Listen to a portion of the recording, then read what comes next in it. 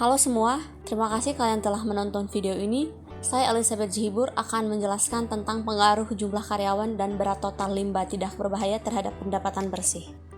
Video ini untuk mengetahui pengaruh jumlah total karyawan berdasarkan kontrak kerja kepegawaian sebagai X1 dan berat total limbah tidak berbahaya sebagai X2 terhadap Y, yaitu penjualan bersih atau pendapatan bersih untuk 62 perusahaan yang menerbitkan Sustainability Report 9 sektor BI dan 36 wilayah kerja statistik BPS di Indonesia dari tahun 2020 sampai 2022. Analisis ini menggunakan metode kuantitatif dan menggunakan software eFuse untuk mengetahui hasil regresi data. Beberapa kasus yang terkait dengan limbah tidak berbahaya. Pengelolaan limbah tidak berbahaya atau pengelolaan limbah yang tidak tepat dapat menimbulkan dampak negatif terhadap kesehatan, perubahan iklim, pengentasan kemiskinan, ketahanan pangan, serta sumber daya. Literatur review yang pertama dari Jaka Pratama dan Muhammad Fauzan dari Universitas Islam Negeri Syarif Hidayatullah tahun 2012 tentang hubungan bahwa jumlah pelanggan dan jumlah karyawan tidak berpengaruh signifikan terhadap profit perusahaan. Hal ini mungkin terjadi karena kurangnya sampel data yang digunakan oleh peneliti di dalam melakukan penelitian ini, maupun terdapat ada faktor lainnya yang tidak diketahui oleh penulis tersebut. Yang kedua dari Rusli tahun 2016 peneliti oleh jurnal Peta bertujuan untuk mengetahui cara pengelolaan limbah hasil produksi dan pengaruh nilai pengelolaan limbah dalam meningkatkan laba perusahaan. Hasilnya menunjukkan bahwa pengelolaan limbah produksi dapat meningkatkan laba di suatu perusahaan.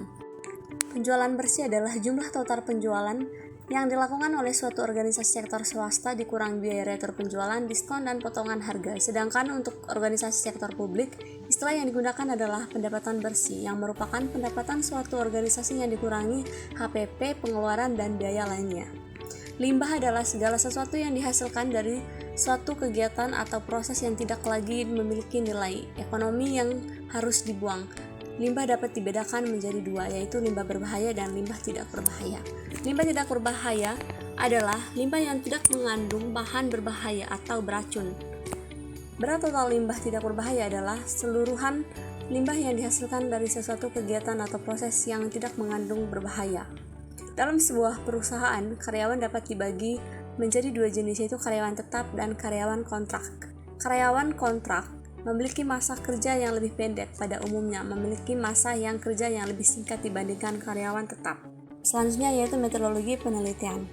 Teman-teman semua bisa melihat model penelitian dan teknik analisis data yang saya pakai dalam penelitian ini.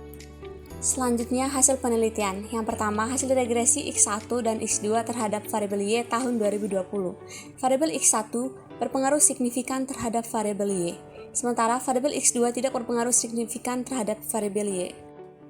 Yang kedua, hasil regresi X1 dan X2 terhadap Y pada tahun 2021. Variabel X1 dan X2 tidak berpengaruh signifikan terhadap variabel Y karena nilainya itu di atas 0,05. Ketiga, hasil regresi X1 dan X2 terhadap Y tahun 2022. Variabel X1 dan X2 tidak berpengaruh signifikan terhadap variabel Y karena nilainya itu di atas 0,05. Yang terakhir yaitu penutup atau kesimpulan.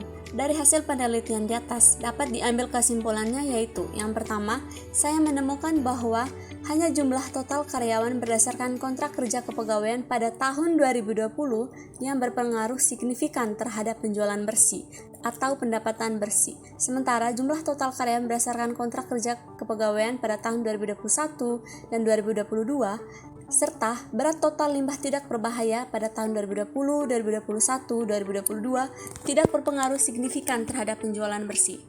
Yang kedua, dalam penjabaran data tersebut terdapat sedikit catatan, yaitu masih ada beberapa perusahaan yang kontribusinya kurang ataupun tidak memberikan laporan terkait berat total limbah yang tidak berbahaya.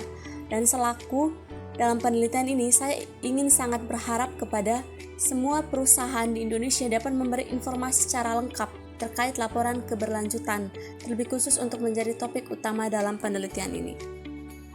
Demikian presentasi dari saya, semoga video ini bisa berguna bagi kalian agar bisa mengetahui jumlah total karyawan dan berat total limbah tidak berbahaya terhadap pendapatan bersih atau penjualan bersih.